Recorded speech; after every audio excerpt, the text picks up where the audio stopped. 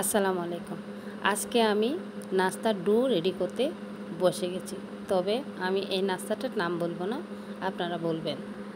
এখানে প্রথমে নিয়েছি তালের রস, সুজি, ভেজানো চালের গুঁড়ি, কলা, লবণ।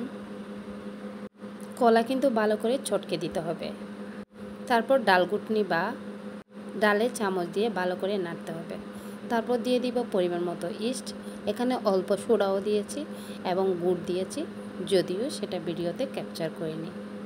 সাথে 2টি ডিম ফাটিয়ে দিয়ে দিবেন নারকেল কুড়ো। যদিও আমি নারকেল কুড়ো এখন দিই না, বানাবো তখনই দিব।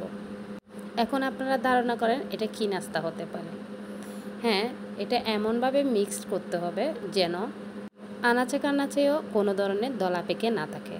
একদম মিক্সড হয়ে যেতে হবে। কোনো অবস্থাতে পানি ইউজ করা যাবে না। যতটুকু পরিমাণ রস ততটুকু পরিমাণ